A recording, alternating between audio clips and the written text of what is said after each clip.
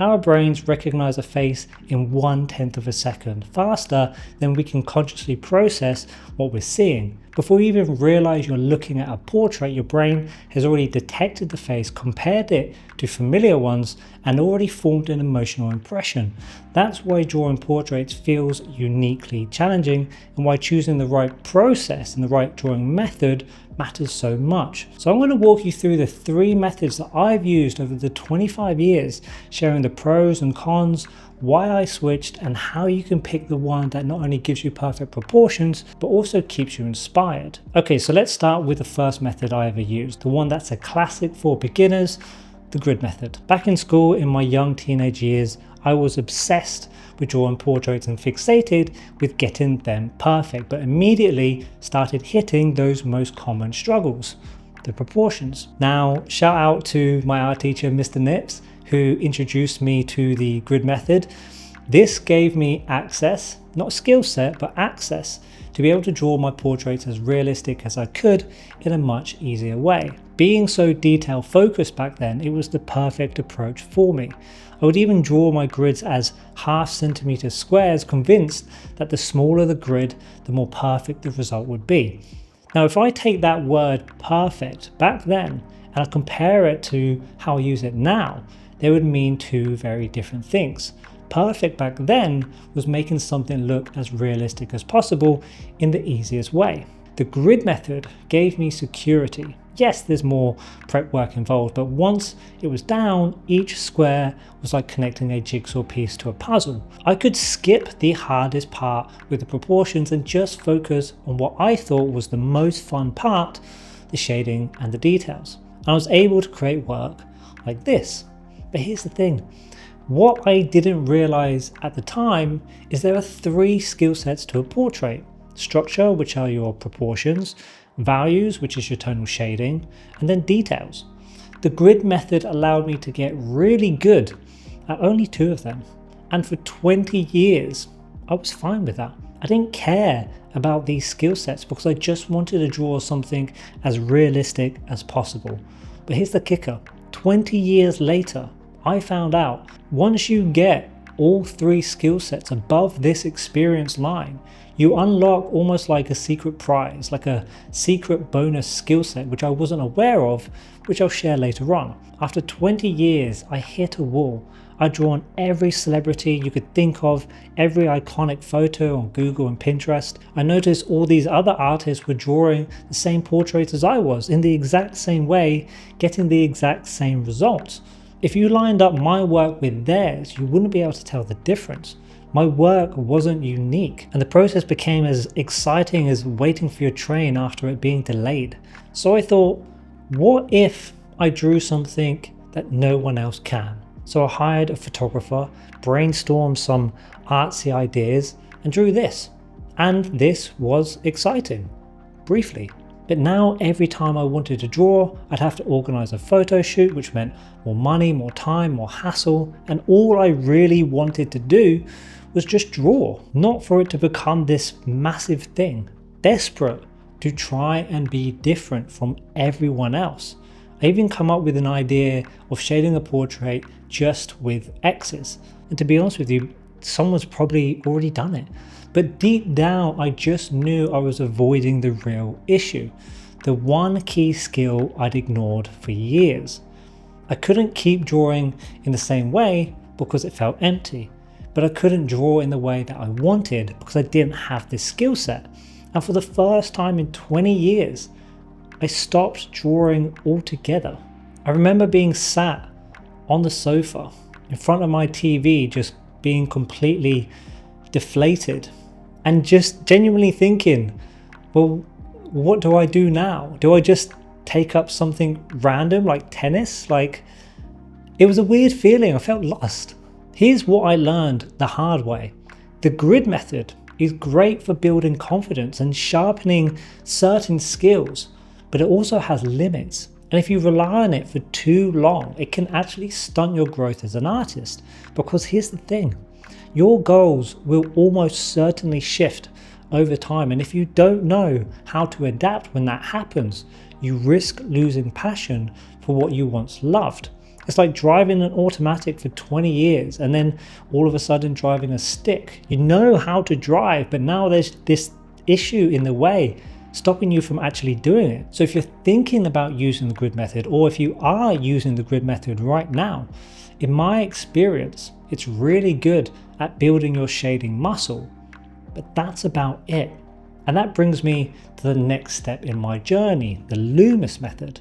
Now in truth, I didn't spend too long using this method because immediately I knew I wasn't going to get on with it.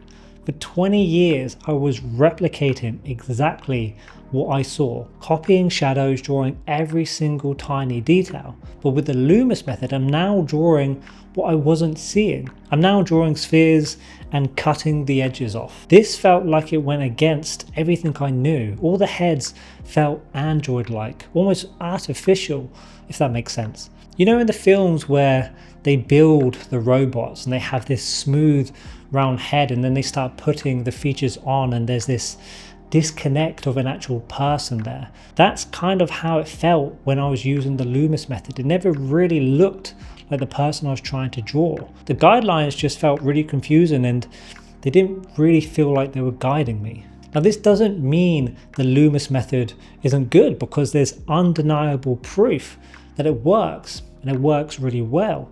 One of my favorite artists in the world is Nathan Fawkes, and he uses a method called the Riley method.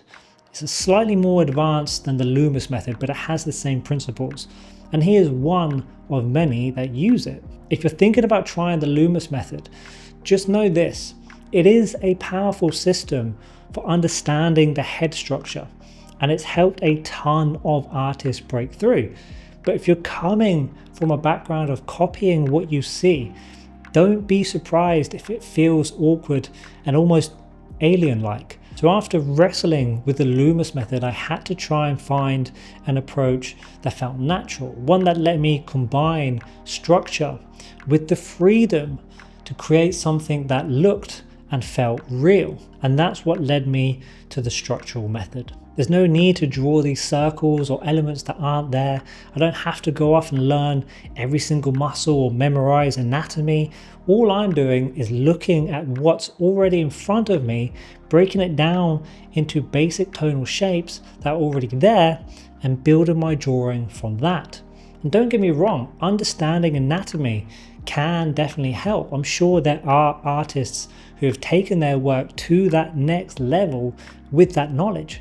But here's the thing, you don't need to know all of that. Is it helpful? Yes. But is it essential? No. The structural method is what I teach, because honestly, it's the simplest way I know to get the best outcome. There's no guesswork. I don't have to force my brain to think in 3D images or draw things that aren't visibly there in front of me. I get to draw exactly what I see in the simplest form possible. This method is what finally brought all three of my skill sets up to the level that I needed. I thought when I get to that point, I will just be able to draw an accurate, realistic portrait consistently. Here's what happened. It unlocked almost like a secret bonus for me. It gave me unlimited freedom to explore and develop my style. The best way that I can describe this is the three skill sets act almost like a trampoline made of fundamentals.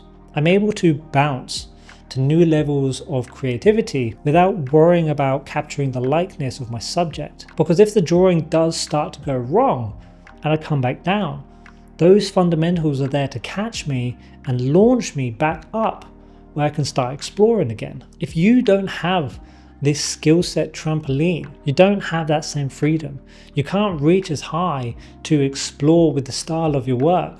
And if your drawing starts to go wrong, there's nothing there to catch you. And now you're just wrestling with the drawing for the rest of the process. So if you want to explore your own style and create work that's unmistakably yours, focus on building that trampoline first.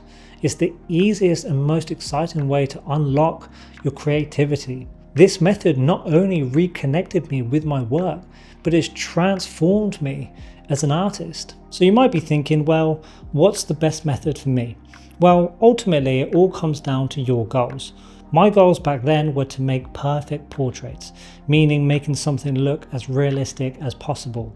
Now my idea of perfect is creating something that's loose, expressive, and to say more with less. My goals changed, which is why my method changed. I can't tell you that the structural method is the best approach and that you should never use the grid method. I would love to take your money and take you on as a student, but only you can decide what your goals are. If you aren't really bothered about learning the fundamentals and you just want to draw a realistic portrait with the lowest amount of risk, then the grid method might be perfect for you. But you also might find it feels too restrictive, too mechanical, and maybe even a bit soulless. I did after a while. Maybe the Loomis method doesn't work for you either. And then there's the structural method. This, I'm going to be biased, aren't I? But this allows you to draw what you see simply and directly without having to memorize anatomy. But what if you haven't actually tried any of them and you're not quite sure where to start? I get asked this all the time. Should I start with the grid method first to get the basics down before moving on? And honestly, I can't answer that for you. It all depends on what you want. If you genuinely ask me, I'd say no, don't start with the grid method. But that's only because that's based on my story and my goals. Personally, I think it's better to learn every factor in a balanced way instead of getting really good at one thing and then having to circle back and fill in the gaps. So here's my honest advice. Ask yourself these questions. What's truly important to you as an artist? What do you want to achieve in your work and why? Don't just skim the surface with these questions either. Dig deep. What's really driving you? For me, I wanted to master freehand not just because it was more fun, but because I felt like I was cheating myself every time I used the grid method. I felt like a fraud. The grid sucked the joy out of my work. I lost passion for what I was doing. I didn't feel like a true artist, like I couldn't draw without it. Learning freehand was about reclaiming that part of myself. That's the real reason. It changed everything for me. It reignited my love for drawing. It gave me my own style and eventually led me to teach other artists. It gave me so much more than I ever expected. That's why these questions matter so much. Figure out what you really want and why, and let that guide your journey. But here's the thing, regardless of what method you pick, the key to any lifelike portraits is down to the tonal values. So if you want to master shading, then watch this video here.